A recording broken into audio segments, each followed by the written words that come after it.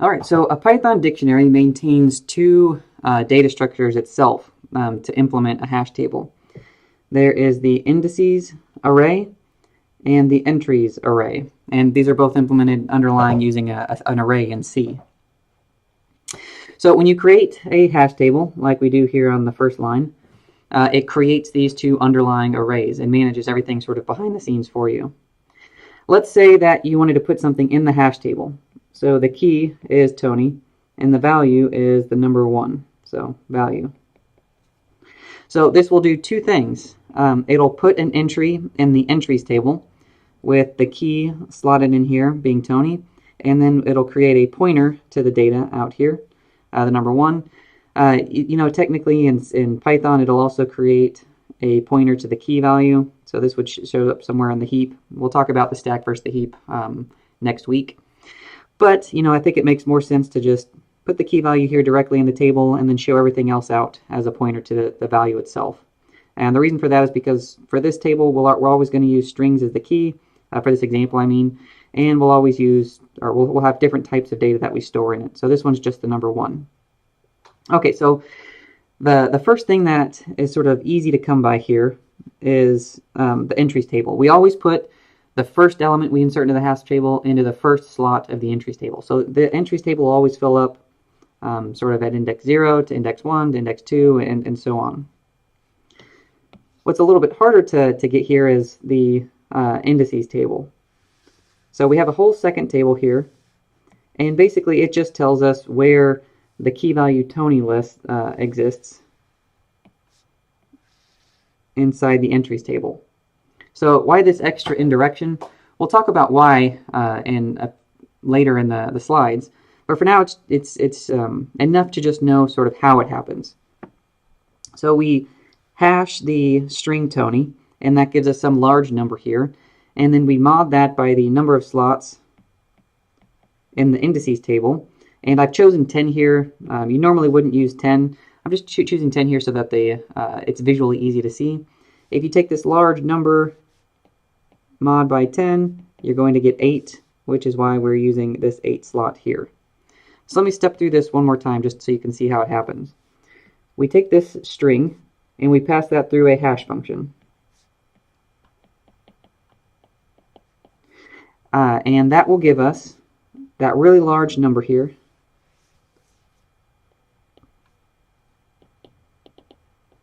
That really large number ending in an 8.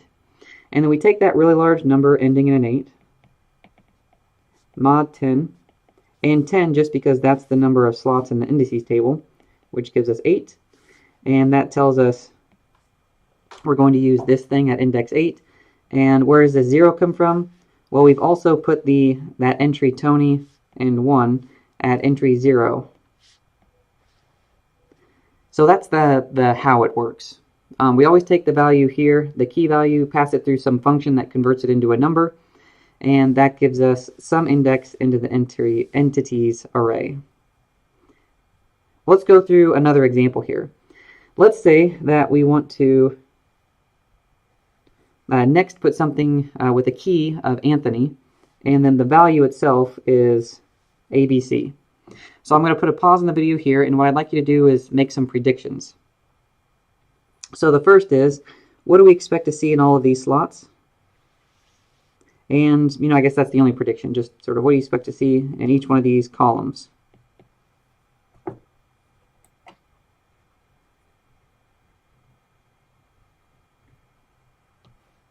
Well, following the example from before, we are going to hash Anthony, and that's going to be something that ends in ends in a 5. How do I know it ends in a 5? Because Anthony directs us to slot 5 here. So that means the number I put here has to end in a 5 since I'm modding by 10. So we've got some number here ending in a 5. The indices in this column will always just go 0, 1, 2, 3, and so on. Anthony, the key value gets stored here, and then we got a pointer to our data, and our data was the tuple A, B, C.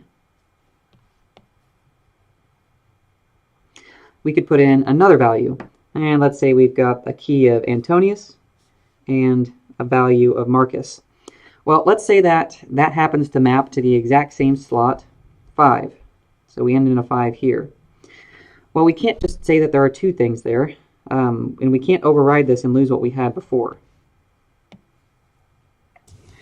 Well, the nice thing about pretty much any hash table implementation is you're not just creating, the hash function's not just creating a single number. So it's not just creating this one number where they both collide here. And don't forget Tony maps to the 8 down here. It's creating a sequence of hash values. So if it notices there was a collision here at 5, it's just going to look at the next number in the sequence. So maybe the next number in the sequence happened to be something ending with a 1. So that means that Antonius mapped here. It couldn't go there, so then it got redirected up here to 1. And now this 2 references the fact that it shows up here as the third element inside the entries table. And then the rest of this is the same. Well, we can put one more item in here, and let's say there's no collision. So when we take Antonio and we hash it, it maps to index 6 because it ends in a 6. And then we put the key in the entries table, and we store a pointer to our data.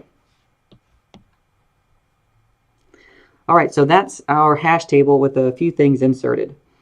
Well, why do we go through this indirection, and how does this work?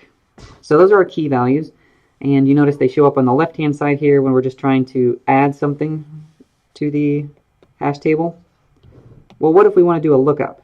So we want to look to see if something already exists in the hash table. Well, if we're going to look at something already exists, we do the same process. We take Anthony, we pass it through the hash function, and we're going to get the exact same value out that we did before, which happened to have been negative 5, 4, 4, 9, 8, something ending in a 5. And we take that mod 10, and that's going to give us a 5. So when we do a lookup, we do that same hash function. That gives us an index of 5. So now we follow that to the index 1 up here, and we compare the two key values. Because we know since there are possible collisions, it may not be the key value we were looking for like we had with Antonio. In this case, it is the correct thing, so we'll follow the pointer here, and we will return this tuple. So when we do a lookup of Anthony, we return the tuple like we expect. Well, how about a delete? So a delete's sort of an interesting operation. We want to remove it from this table, but we can't just delete it from the table, and we definitely don't want to shift all these elements up, because that's going to give us different indices for these items, which means we'd have to update everything inside here, not the 0. So we don't want to just delete it and shift things up. Instead, we're just going to ignore this value from here on out. And we also don't want to just delete it directly from here.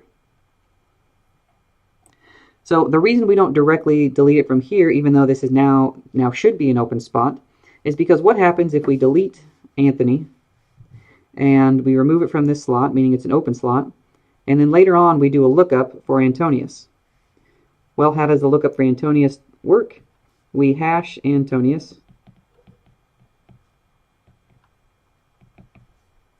which is going to give us the same value that it did before. Hash functions are deterministic, meaning they'll give you the same exact value every time. This ends in a 5, which means we would be directed to here. And if this slot was now empty because we deleted Anthony, if it was deleted, an empty spot there denotes that we couldn't find something in the hash table. Otherwise, we would have put it there. So we would say, okay, we can't find Antonius. So we don't just delete things from the hash table. Instead, what we do is we mark it with some value that says, hey, this slot is open. You can insert something in it, but something was here at some time. And we normally refer to that as a tombstone. And it's directly to handle this problem of deleting things, but having to go through this process of indirection if we do delete things. So now if there's a tombstone there, we look up Antonius, that takes us to 5. There's a tombstone there, so we know it's not there. So we would follow the next sequence, and just like we did before, the next sequence is going to take us up to here. And now we can say, okay, we have a value there. It's at index 2, and we're going to compare this key value directly with the key we used here, and they are the same, so we'll follow the pointer and return Marcus.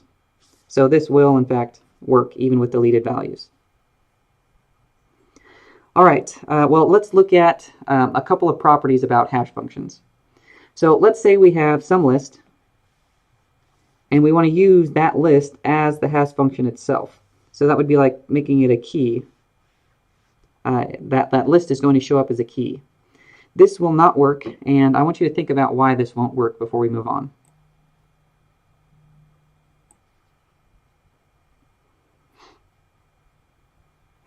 Alright, so if you try to do this in Python, it's going to tell you it can't do this. And why is that? It's going to say that SUMList is not something that it can call a hash function on. And that should make some sense. The problem with calling a hash function on some list is what happens if later on we alter the list and then try to look for something again.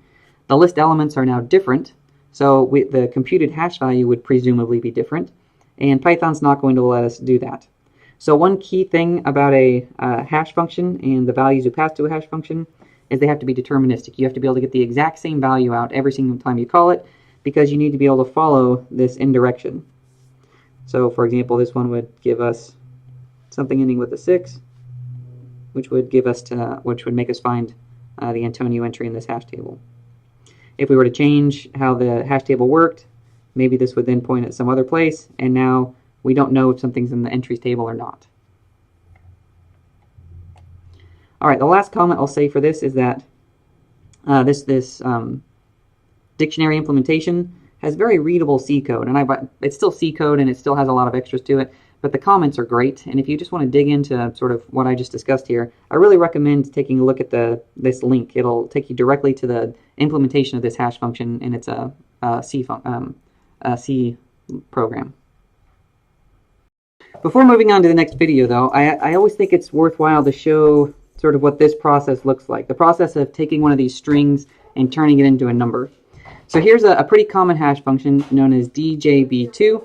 If you'd like to see a bunch of hash functions and a discussion on sort of how they compare with one another, this link's actually a great resource for that. But here is a fairly common hash function. I really need to change this. I shouldn't use the word hash because that's actually a built-in function in Python. But we're going to take some magical prime number. We're going to take another prime number here. And essentially what we're going to do is we're going to say for character in the string, we're going to convert that character into a number. So if you remember your ASCII table, I think A is like 97. B would get converted into a 98, and so on to Z. And then I think capital A is, I don't know, 60, something like that. We're going to convert all of our ASCII characters into a number, and then compute this sort of magical property here. And since it has prime numbers, that basically means we're less likely to have any two strings compute the same value. And then at the very end, we take it bitwise and this value, and all that does is ensure that we end up with a 64-bit number to end with, and that's the value that you see sort of in this table here. I don't think that Python uses DJB2 built in. It uses some variant of it that also includes some randomness aspect to it. So when you run the Python hash function, you'll get different values each time you start and stop the Python interpreter.